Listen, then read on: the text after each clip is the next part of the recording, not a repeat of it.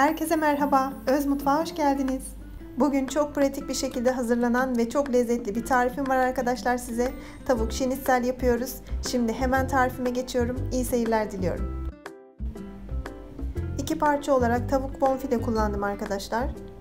Siz kişi sayısına göre tavuk miktarını arttırabilirsiniz tabii ki. Tavuklarımı öncelikle ikiye ayırıyorum. Bu arada malzeme miktarlarını açıklama kısmına da ekleyeceğim arkadaşlar. Oradan da bakabilirsiniz. Evet, bakın bu şekilde ikiye ayırdım. Tavuğu buzdolabı poşetine koyuyorum. Ve et dövücüyle incelteceğim şimdi. Eğer et dövücünüz yoksa bardak altıyla ya da sert başka bir şeyle de yapabilirsiniz tabii ki. Evet, bu şekilde biraz daha inceltiyorum etlerimi. Burada inceltirken önemli olan ileri doğru vurarak inceltmek ya da kendinize doğru çeke çeke inceltmek önemli. Bu şekilde çok daha kolay oluyor çünkü.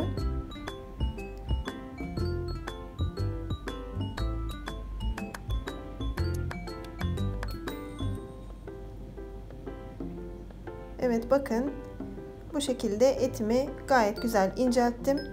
Şimdi ikiye böleceğim. İstediğiniz büyüklükte bölebilirsiniz. Evet, bütün etlerimi bu şekilde hazırlıyorum. Şimdi etlerimi marine edeceğim sosu hazırlayacağım. Bunun için 1 su bardağı sütü alıyorum. 1 tatlı kaşığı tuz, 1 çay kaşığı karabiber, biraz limon kabuğu rendesi ekliyorum.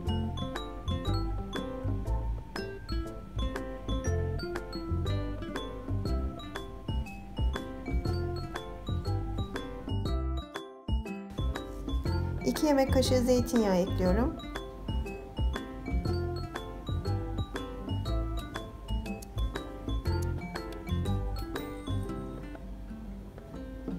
Ve 1 yemek kaşığı da limon suyu ekledim. Evet, sosum hazır. Şimdi etlerimi bu sosta bekleteceğim.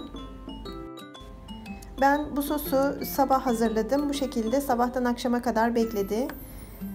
Sizin de vaktiniz varsa bu şekilde yaparsanız çok daha lezzetli olur. Ama vaktiniz yoksa 2 saat bile beklemesi yeterli olacaktır. Evet, bütün sosu da tavukların üzerine döküyorum.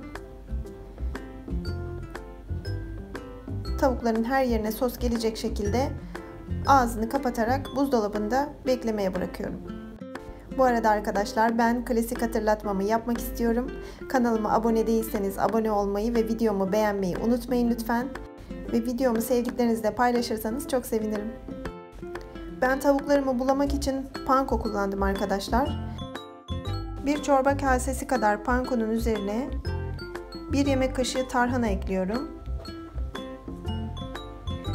1 çay kaşığı karabiber, 1 çay kaşığı kajun baharatı, 1 çay kaşığı kadar da tuz ekledim. Hepsini karıştırıyorum. Tavuklarımı bu harca bulayacağım. Eğer panko kullanmak istemezseniz galeta unu da kullanabilirsiniz tabii ki arkadaşlar. Ama panko daha iri taneli olduğu için çok daha çıtır olmasını sağlıyor tavuklarımızın. Eğer panko yapımını merak ederseniz videolarımın arasında balık pane videomun içinde var arkadaşlar. Oradan da bakabilirsiniz. Ayrıca açıklama kısmına linkini de bırakacağım. Oradan da bakabilirsiniz. Tavuklarımı bulamak için malzemelerimi bu şekilde hazırladım. 2 yumurtanın içine 2 yemek kaşığı sıvı yağ ekledim. Yumurtaları çırpıyorum. Ayrı bir tabakta panko var. Diğer tabakta da un var. Evet, tavuklarımı da buzdolabından çıkardım. Ben tavuk şinitseli fırında hazırlayacağım için arkadaşlar yumurtanın içine biraz sıvı yağ ekledim. Ama eğer siz kızartarak hazırlayacaksanız sıvı yağ eklemeye de bilirsiniz. Evet, bakın güzel bir şekilde marine oldular. Şimdi öncelikle una, sonra yumurtaya, sonra pankoya batırarak her iki tarafını da tavuklarımı hazırlayacağım. Dediğim gibi ben şinitselleri fırında hazırladım arkadaşlar. Kızartmadım ama kızartmaktan çok da farkı olmadı diyebilirim. Yine çıtır çıtır çok lezzetli oldular. Eğer şinitseli denemediyseniz, özellikle fırında denemediyseniz kesinlikle tavsiye ediyorum. Çünkü hem çıtır çıtır çok lezzetli hem de çok sağlıklı oldu. Evet, bu şekilde bütün tavuklarımı hazırlıyorum. Ve güzelce yağladığım fırın tepsime hepsini diziyorum.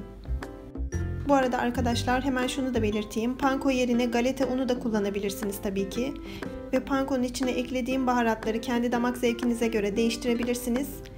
Eğer istemiyorsanız tabii ki tarhana da eklemeyebilirsiniz ama çok lezzet verdiğini söyleyebilirim. Evet, bu şekilde hazırladım. Hepsini üzerine biraz daha fırça yardımıyla sıvı yağdan gezdiriyorum. Fırında yapacağım için çok da kuru kalsın istemiyorum. Tepsinin tabanını da güzelce yağlamıştım. Önceden ısıtılmış 180 derece fırında tavuklar nar gibi kızarana kadar pişiriyorum.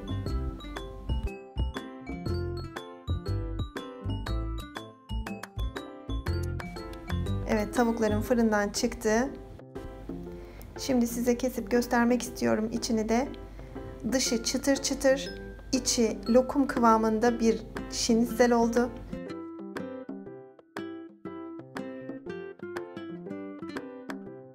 Tam ağzınıza layık. Bu tarifi mutlaka denemelisiniz. Deneyecek olanlara şimdiden afiyet olsun. Yeni tariflerde görüşmek üzere. Hoşça kalın.